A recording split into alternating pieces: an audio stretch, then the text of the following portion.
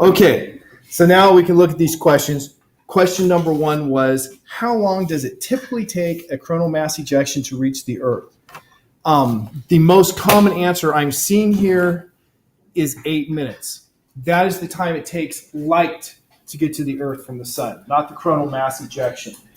So they talked about the 2011 coronal mass ejection, and they said that it took 3 to 4 times longer to reach the Earth than what they think the 1859 one did, based on reconstruction of observation a guy had seen of the sun and then when it arrived on Earth. And the time for the 1859, I believe they said, was around 18 hours. Early on, they said a few hours when they talked about the time. So 18 hours would be on the very short edge of time. Long edge of time would be a few days. Now, just to make sure we have some understanding, what is the coronal mass ejection? Go ahead, Anna. Isn't it the storm? Okay, you have a solar storm where you suddenly have material from the corona that is ejected, as coronal mass ejection, and you have this plasma that goes flying through space. And so it's not light, it's actually protons, essentially. And so these protons are not going to travel nearly as fast as light does. That's why it takes longer. But the more energy you have, the faster they travel. So if it gets here really quick, well, that's an area of concern. Okay, question number 2. Approximately how long is it from solar maximum to the next one? This one looks better.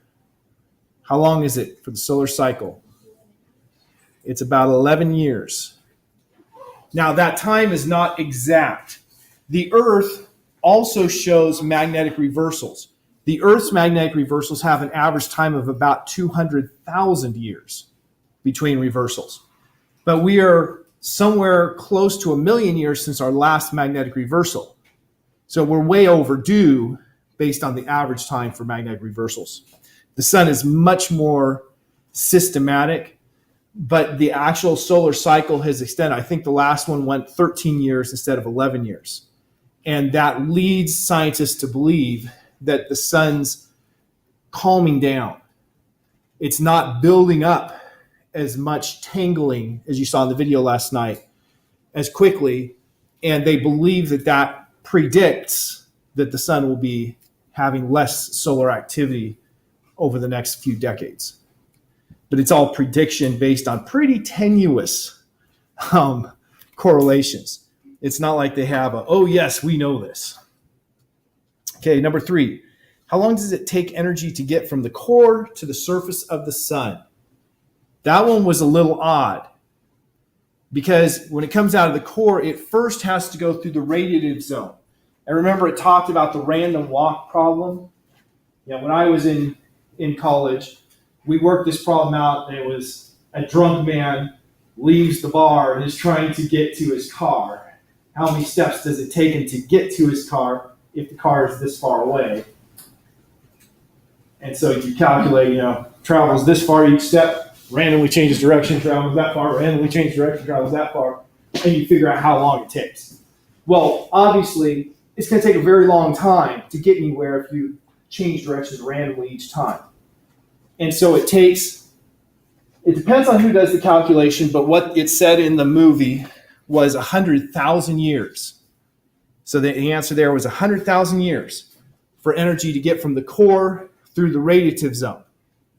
From the radiative zone up to the photosphere was only about a month. And so compared to 100,000 years, the month is nothing. So 100,000 years from the core to the photosphere. Then the final one, when was the granddaddy of the geomagnetic storms? 1859. 1859, do you remember what kind of damage that caused? Was it like the sky lit up so bright that they thought it was morning? Okay, they said that in Colorado, the aurora, the northern lights, were so bright that they thought that it was morning, which doesn't sound reasonable to me because they don't look the same. But that's what was reported. But that's not damaging. But what was damaging was there was basically one electrical thing running through the country, the telegraph lines. And because of these surges in magnetic field, the telegraph lines had surges in current, which caused fires in at least one of the telegraph offices. What about if that were to happen today? It would be pretty devastating if we were to have exactly the same thing happen. Because today we have power lines going all over the country, and we have everything running on electricity. We'd have huge power surges. And as they said, you could blow, a large percentage of the power transformers we use. And it takes them more than a month to build one of those babies. And so it might be as long, if it was huge and it blew all of them, it might take us 10 years to get our power grid all back up and online. So as he said, we would be out back chopping wood to keep warm. There could be riots and total anarchy. There could be riots and total anarchy. Or the good side of humanity could show its face and we could come together and work for the common good. You guys are so jaded. Have you seen the election? You make a valid point, sir. If the good side of humanity showed, we wouldn't be in this situation right now. If the good side of humanity showed, we wouldn't be in this much better right now. That was a good one. That's a funny one. Sometimes you make me sad. The future of my country. You don't even have faith. Okay. Doesn't mean you gotta give up. Because That's right. Never give up. Jesus is coming. Okay, so many of the things that I have in today's presentation were covered in the video, but you never know if you got the nuance that I wanted you to get from watching the video. So, first of all, what holds the sun together?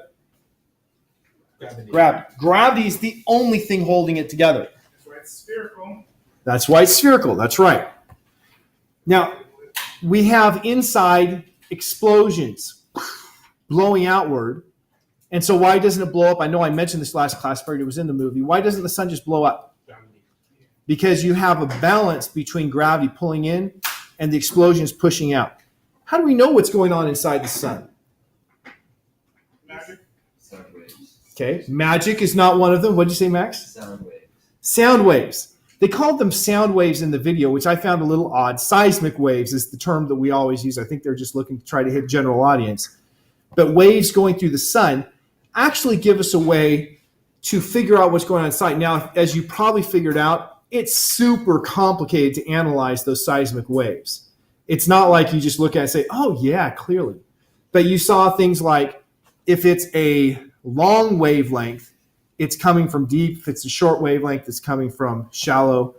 And so there's a lot of work in decoding that. And then there's computer modeling. So this picture is showing a wedge of the sun just to give us an idea of what it's like. The pressures pushing in and out are much smaller near the surface, much bigger near the core. And if you look at the temperature, okay, we can change that. The temperature here is illustrated on the right half of this picture. So that's showing the temperature as you go toward the core. How do we know the temperature? There's only one way here. Models. Computer modeling. Computer modeling is the only way we know the temperature. The seismic waves aren't going to tell us what the temperature is inside. They'll tell us the other side of that coin. They'll tell us about the density inside. So the green line, the density as you go in, that comes from looking at the seismic waves. The temperature comes from calculations. So if you look at this, the density of the sun, the average density was 1.4 grams or kilograms per liter. So the average density is somewhere around here.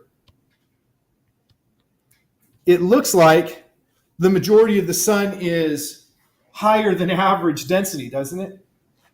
Well, that wouldn't make sense, right? You can't have the majority up there. What you have is kind of an optical illusion. Because if you go in the center, the volume of a sphere is 4/3 pi times the radius cubed.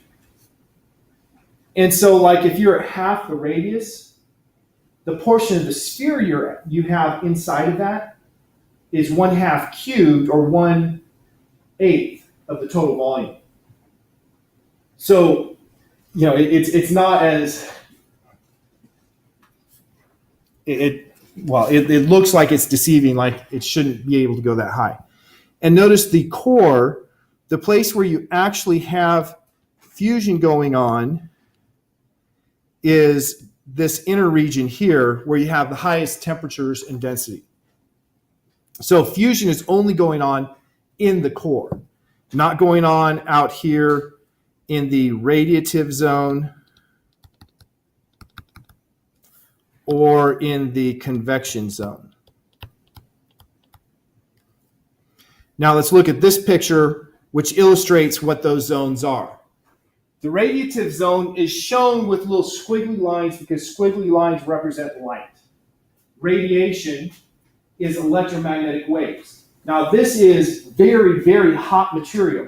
Because it's very hot, it's very short wavelength, so it's not visible light. It's nothing that we can see with our eyes. Now we could probably be blinded by it, but we wouldn't be able to see it. Right? You can have a laser beam that you can't see, can blind you, you just don't see it. So it's extremely hot, extremely short wavelengths. This shows it like you have one wave going all the way out. But as we saw last night, the actual path that the waves take is going all over the place. And that's why it takes forever to get out, because it's going all over the place. Once it gets up out of the radiative zone and into the convection zone, the video said that it's organized motion. Well, what's organized is the convective loops.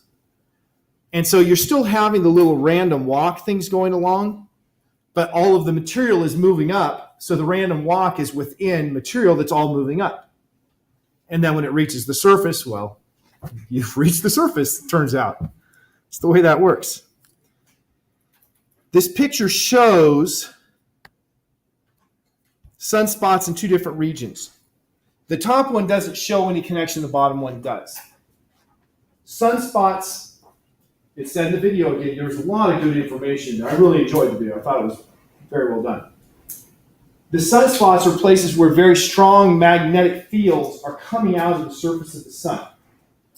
And because these magnetic fields are so strong, they actually inhibit the motion of energy. And because it inhibits the motion of energy, they're cooler. So the surface of the sun is somewhere in the ballpark of 5,800 kelvins, and those sunspots might be about 4,000 kelvins. So maybe about 2/3 the temperature. They're actually a little bit more than 2/3, but I'm using ballpark numbers here. The amount of light given off by something, according to, Stefan Boltzmann, one of their names, law, is proportional temperature raised to the 4th power. So if the temperature is 2/3 as much, 2/3 raised to the 4th power is going to be 1681, or somewhere about 20%. So you only have about 20% as much light coming from those regions because of the cooler temperature. Hence, they look dark compared to the rest of the sun. Compared to anything we look at, like compared to this light bulb, it's blindingly bright. But compared to the rest of the sun, it looks faint because it's cooler. This here is showing a prominence,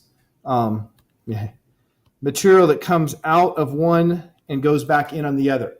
You have charged particles that are pushed up out of the sun and follow along the magnetic field lines and come back down. So when you looked at the pictures of the sun last night, you saw what looked like pretty clear lines of material going around those arches. And that's because they're being directed by the magnetic fields. Now here is a big question. Everything I've said, everything that was said in the video actually, just required you to have some, I'm going to skip, well, I'll stay here.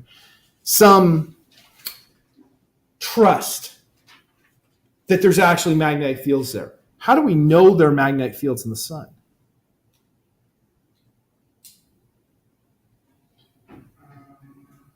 Well, you can see the lines, like the plasma lines of the magnetic fields. Okay, you can see those plasma lines, and that gives you a strong hint. But for all you know, there could be actual tubes there or something, right? You don't know. But we do have a way of actually directly measuring. And you might wonder, how can you directly measure the magnetic field from here to somewhere, 8 light minutes away? The answer is something that's called the Zeeman effect. The Zeeman effect is an effect that when you have atoms in a strong magnetic field, the emission lines will split. They split because the electrons have a magnetic moment. They behave like little bar magnets. We call that their spin. And their spin can have different alignments with respect to the magnetic field. And the stronger the magnetic field, the bigger the difference in energy with those alignments. And thus you have different energies for the drops, electron going from one state to another. And so by measuring how much the lines have split, you can directly measure what the magnetic field is at the point where the gas is. And so they look with the spectrograph at light coming from outside of and going across one of these sunspots. And they see, here's the spectral line, then all of a sudden, it splits, then it comes back together by measuring how much it's split. They know how strong the magnetic field is. So there's a very direct way of actually measuring that and knowing, yes, this is magnetic fields. Okay, this here is just the ideal gas law in case you don't know it. The pressure, nice. We usually write it like this. Pressure times volume equals nRT. What that's saying is that you have a relationship between the pressure of a material, the volume of that material, the number of atoms present, and the temperature. And so if you heat something up, the molecules move faster. That means the temperature is higher. But if the molecules move faster, they hit the walls of your chamber more often and with higher speeds. And that's what we call pressure, the molecules hitting the chamber. So the pressure goes up because the temperature went up. If you allow the walls to expand because of the increased pressure, then the pressure will drop, but the volume increases. And so you have this simple relationship. What happens when you raise the temperature? Pressure initially is going to go up, and then that might make the volume go up if you are allowing that. And it's just the number of molecules measured in moles. We've already talked about this aplenty. So this is just talking about that time it takes for transport. Let's go to our first clicker question. How do we know that the sun has a radiative zone? Yes, channel 33.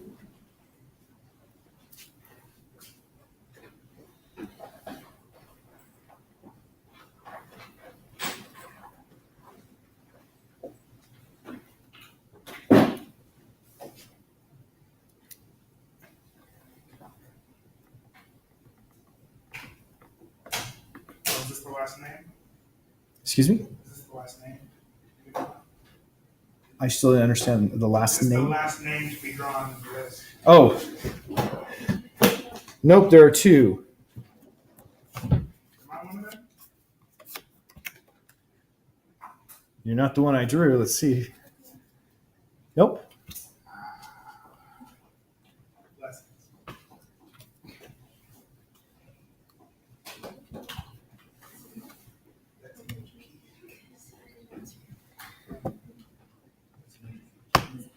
Okay, Yari? Do you have your click? Yeah, okay, there we go. Okay, our answers here, 2, 1, 4, and 5. Ms. Ashburn. I put D. She put D. Only put digit for my understanding. Because I couldn't remember if we could or not. And I still believe we can. Okay. D. You and 4 other classmates are right. We can't see past the photosphere.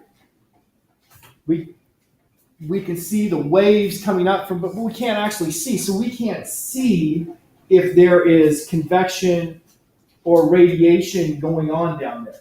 Now, we can see something about the convection where it occurs because of the waves, but we can't tell that there's no convection down there for sure. But our computer models say that we have a high enough pressure and conditions that don't allow for convection. Now, this is actually a very important thing as we study stars.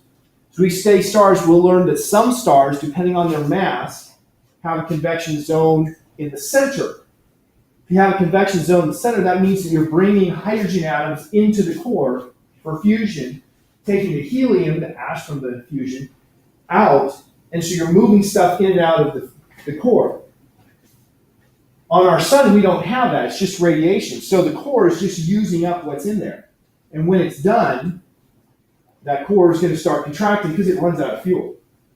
But if the sun was smaller, if it was, I think it's like 4/10 of the solar mass, it would have complete convection throughout the sun. And so when it's all done, I'll get those numbers straight when we get there. I just didn't look them up before. When it's all done, it'll have done all the fusion it can do. It'll pretty much be out of fuel.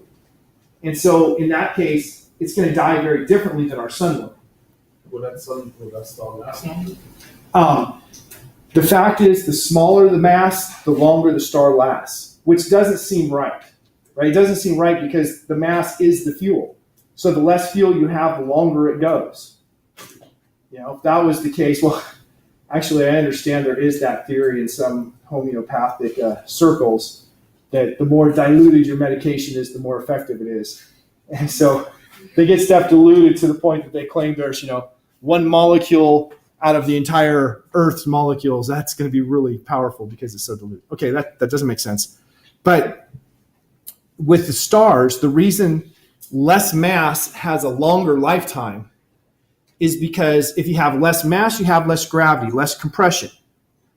Less compression means that when you reach equilibrium, you're going to have less energy going out because you have less pulling it in.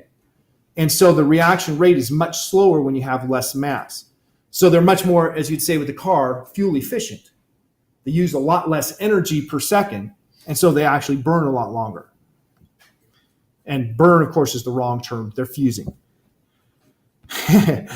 That didn't do it. There we go.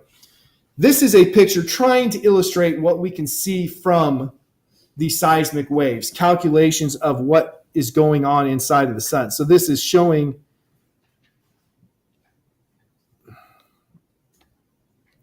the stuff above that line is where you have convection. Below it is where you have radiation. It's not a very useful picture, just a reminder of helioseismology, looking at the waves going through the sun to try to determine what's going on inside. Our second question, which the song answered, the video answered, what is the source of the sun's energy? The sun is a mass of incandescent gas, a gigantic. Where is...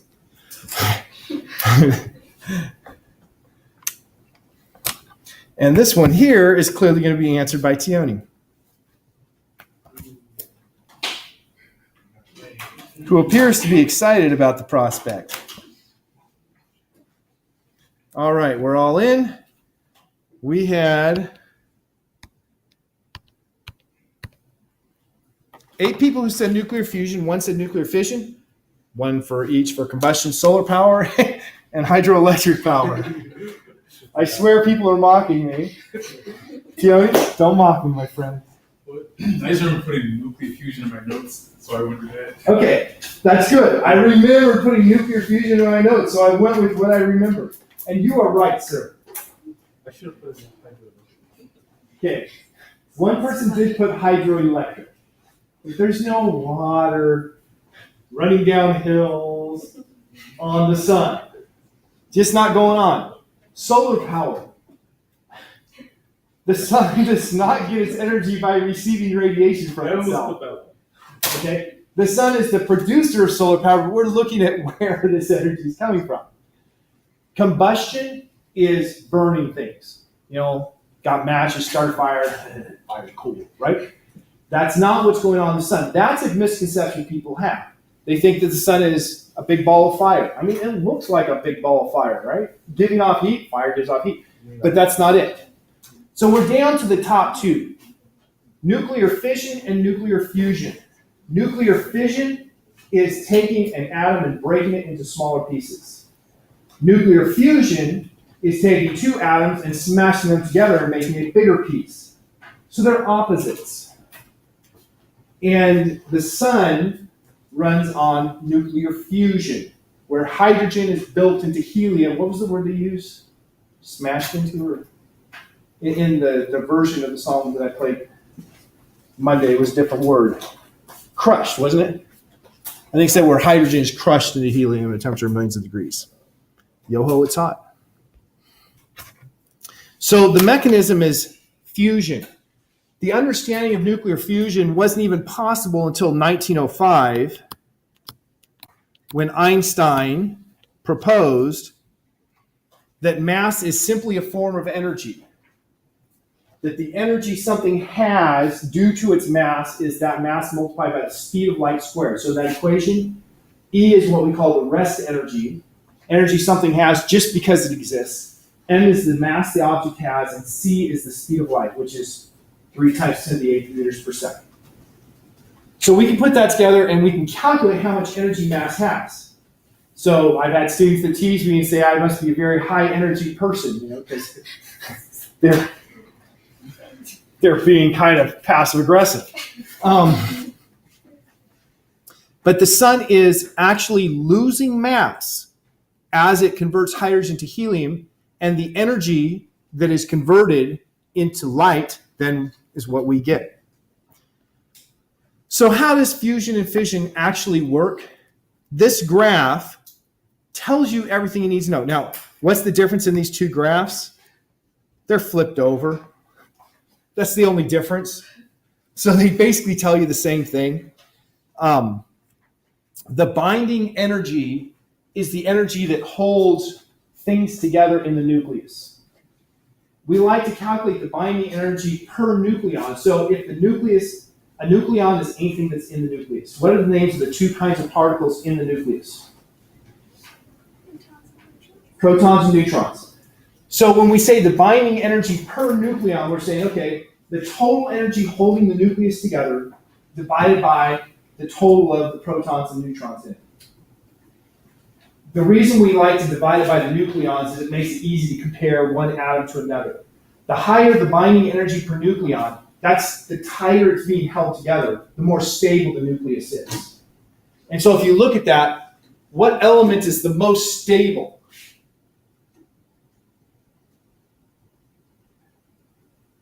Which one has the most binding energy per nucleon?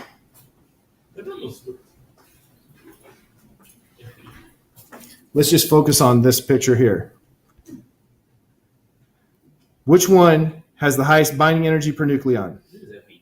Oh, what is Fe? Yes, iron is Fe. So iron 56 is your most stable nucleus. And so if you have fusion, you will release energy if you move toward iron. If you have fission, you'll release energy if you move toward iron. So that means atoms that are larger than iron can give us energy by fission, by breaking into smaller pieces. Atoms that are smaller than iron can give us energy by fusing together and giving us larger pieces. The amount of energy you get per nucleon, that's the amount of energy per mass, is going to be related to how big the difference is between the binding energy per nucleus you started with, or per nucleon you started with, and the binding energy per nucleon you end with. So if you look at how much energy per mass you can get, you just look at the differences. Well, the biggest difference you could get would be going from 0, which is what hydrogen is. Hydrogen has only one nucleon, right? A proton, which means there's no binding energy whatsoever. It's not holding any two things together. So that has 0. And if you were able to go from, for instance, hydrogen down here to iron, that would be your biggest payoff.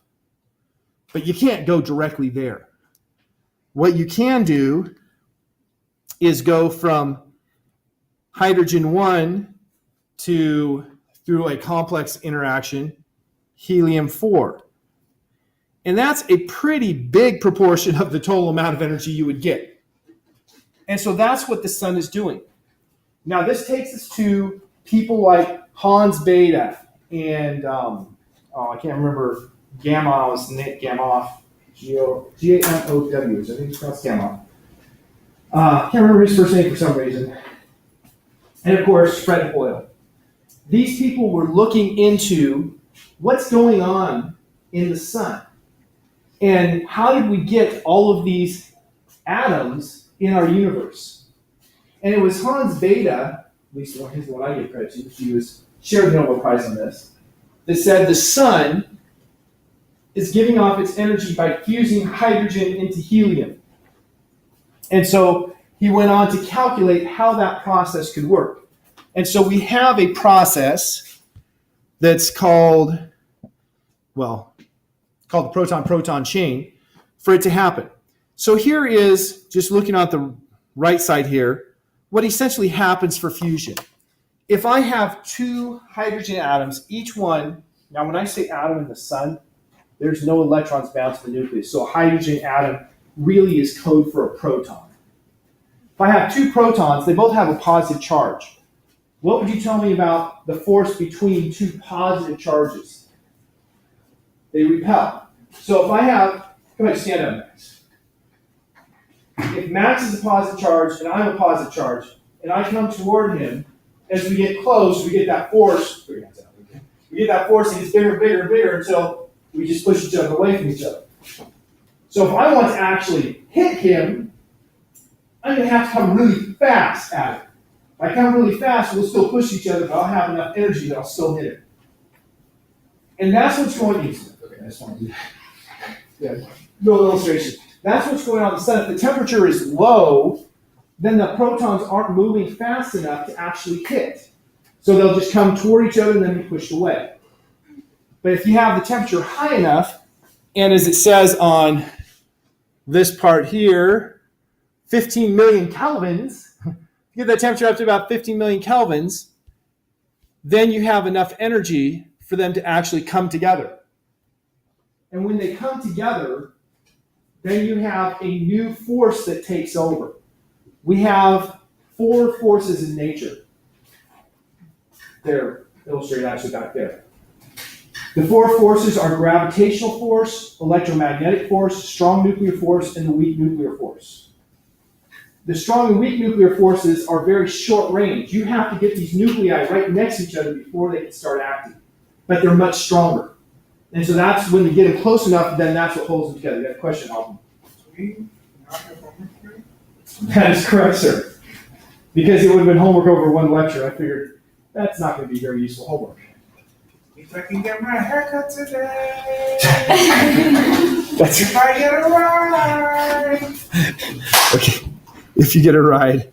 I wish that I could just leave and give you a ride. It'd make my life easier. Office hours out. That's right. So we have to have high temperatures for fusion to occur. Not just high temperatures, though. We have to have collisions occurring regularly. Collisions occurring regularly means that we have to have the molecules packed pretty close together. So there's a good chance of them colliding. So we need a high density, and to get that high density, we need a high pressure. So in order for fusion to occur in the sun, we need to have a high temperature and a high pressure. Well, we just saw a few slides back the profiles of the density and the temperature, and it was only in the core where we had those things high. And so we can only have fusion in the core. Now here's the actual proton-proton chain.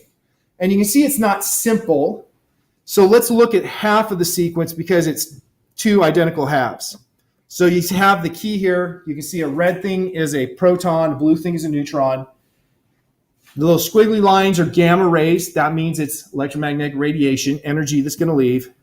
Little tiny, tiny things called neutrinos, which were proposed because there didn't appear to be conservation of momentum and energy. The green things, electrons. The yellow things are positrons, which are exactly the same as electrons, except for they have a positive charge. We call it antimatter, the positron. And you probably know, especially if you're a Trekkie, that if you combine matter with antimatter, it goes kablooey and turns all of the mass into energy.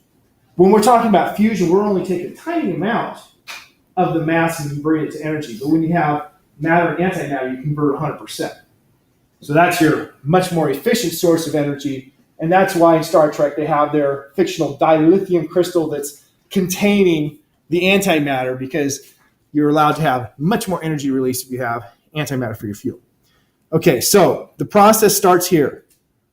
You have two hydrogen, two protons. The protons come and hit each other hard enough that they stick together to form a hydrogen, well, that wasn't good, a hydrogen 2. Hydrogen 2 because it's now a proton bound to a neutron.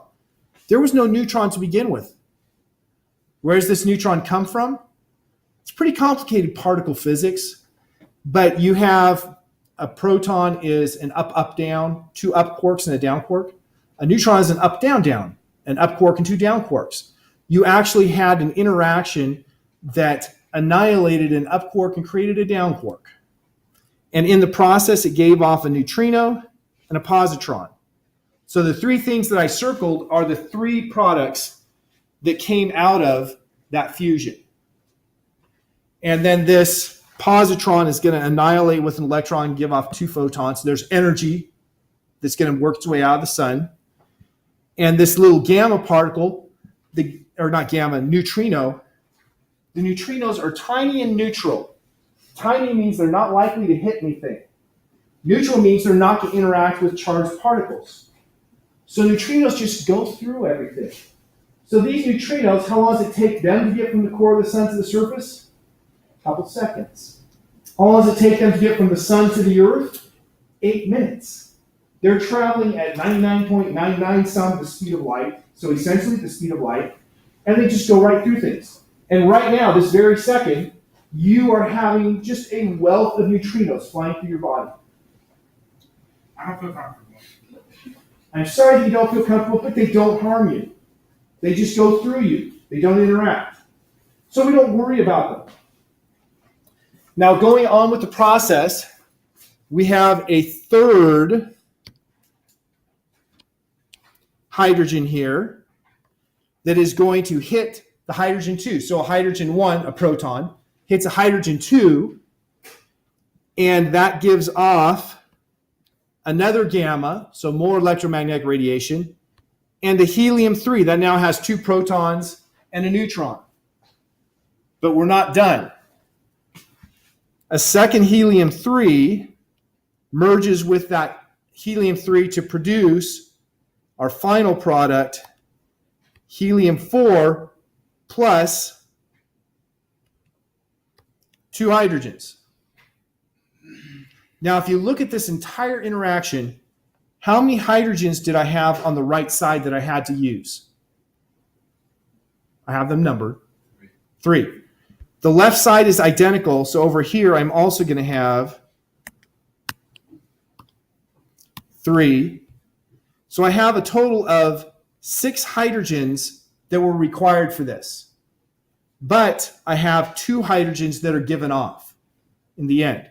So the net reaction is 4 hydrogens produces 1 helium 4. That's the net reaction. Plus you had, 1, 2, 3 on each side, so 6 gammas, 2 neutrinos, and actually they are regular neutrinos, and 2 positrons. So that's the entire net reaction. All of these things, this thing here and this here, those we perceive as just energy because we're going to have annihilation of the positrons almost instantly, right? There's tons of electrons in the sun, so they're going to hit electron almost immediately and annihilate. And the photons are just energy. So that's the energy we're getting out. Well, those neutrinos there, we should have 2 neutrinos for every whatever amount of energy that is. And so people like Hans Bethe sat down and they calculated, okay, there should be this many, okay, we have this much energy coming from the sun per second. We talked about last class period how we can measure that. And so that means we have to have this many fusion events per second, which means we have this many neutrinos per second coming out of the sun.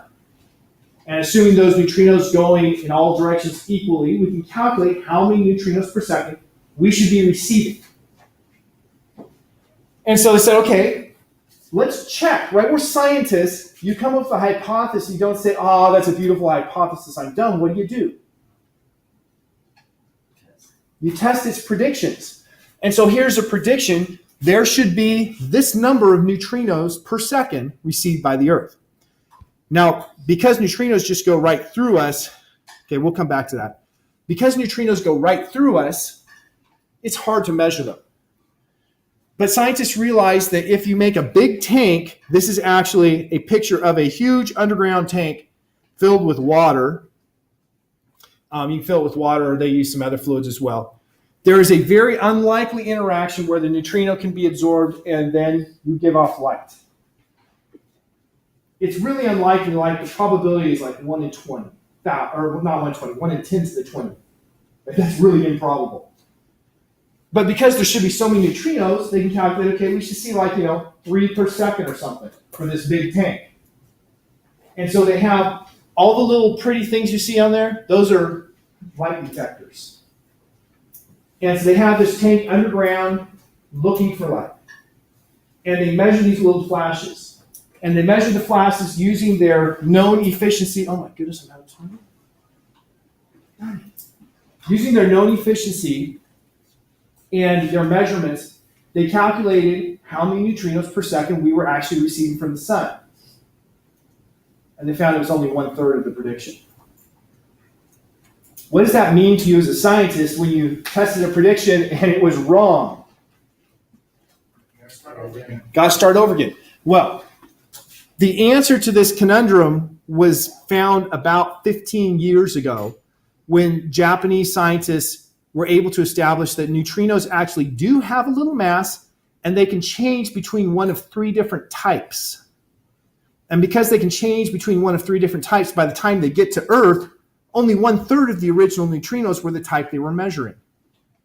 And then suddenly the prediction was equal to the measurement. And so the actual theory, they thought that they'd disproven it with the experiment, but it turned out they didn't understand the neutrinos well enough. And when they learned more about the neutrinos, suddenly the experiment actually matched the theory. And so that really was the seal that this must be what's going on in the sun, that it must be producing its energy for fusion of hydrogen to helium. All right.